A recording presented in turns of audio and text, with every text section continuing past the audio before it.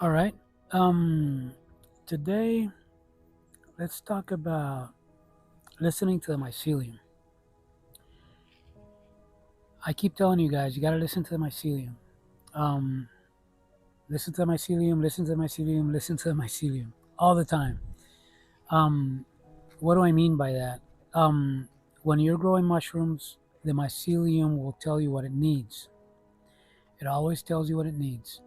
Um, you just need to keep your eyes open, observe, um, pay attention. Um, you will see if it's too dry, if it's too wet, if it needs a bit of sunlight, if it's needs more air, more FAE, as they say, fresh air exchange, um, things like that. Um, some easy ways to observe and listen to the mycelium and see what it wants and what it needs. I'll give you some real simple examples. What they call fuzzy feet. Let's say you have a shoebox or a tub, and you see that at the base of the mushroom, you'll see fuzziness, white little hairs like fuzz. Um, and of course, this is when they're already growing, not when they're tiny, when they're bigger. If you see that fuzziness, um, it's 99.9% chance that it's not enough air circulation in the tub or in the Ziploc bag, wherever you're grow, or in your grow bag, wherever you're growing it. Um, you have to open it up with a lid or something else.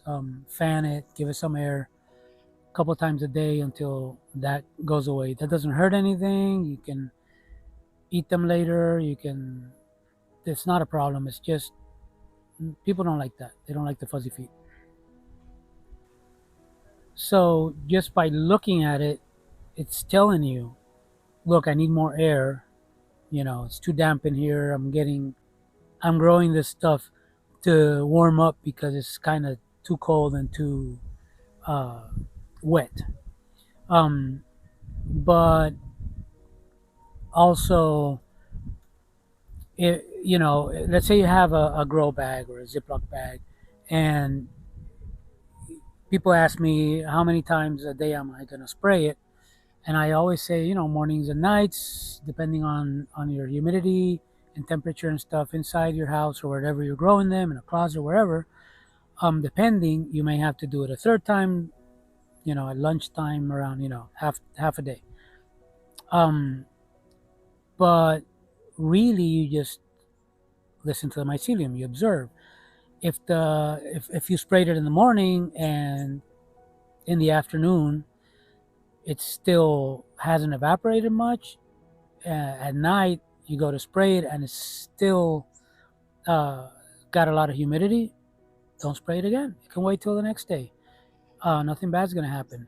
If you want to follow a schedule, when you want to control and instead of facilitate, and you go like, well, it's twice a day.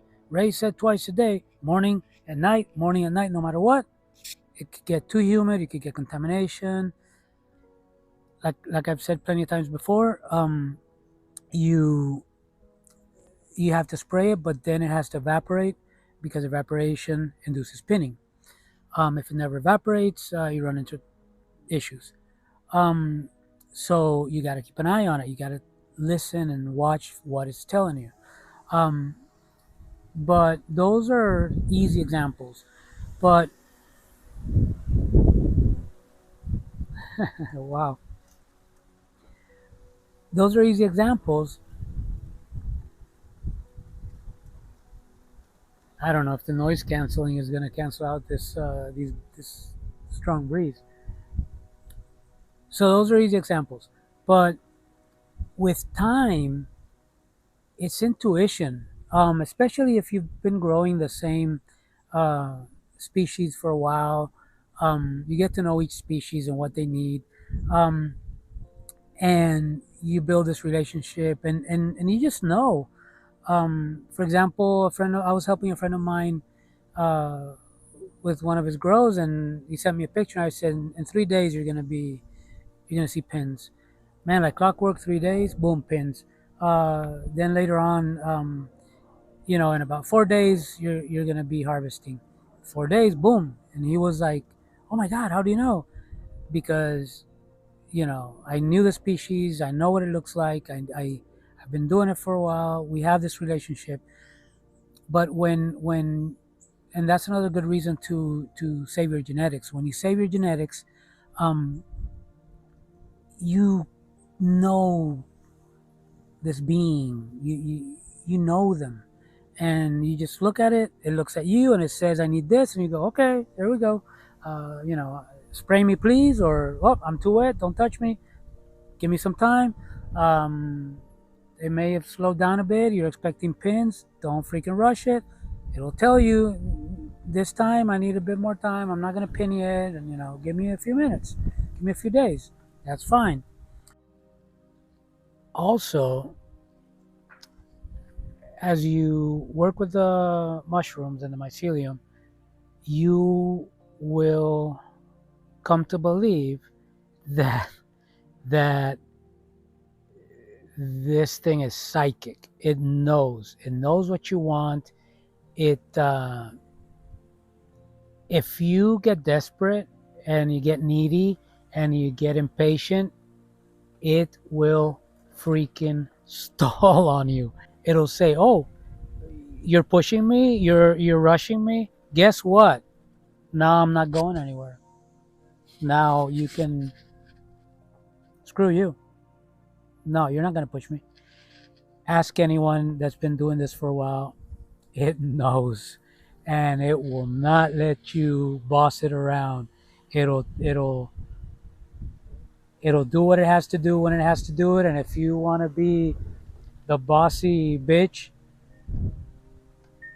it's not gonna go anywhere. Keep that one in mind, and tell me if you've seen this happen, or if you haven't. When you do, put a comment somewhere in my Patreon, under this video, anywhere. Just let me know, because that's how it is. This thing is freaking psychic. Um, and you also know when it's given up. Sometimes something happens.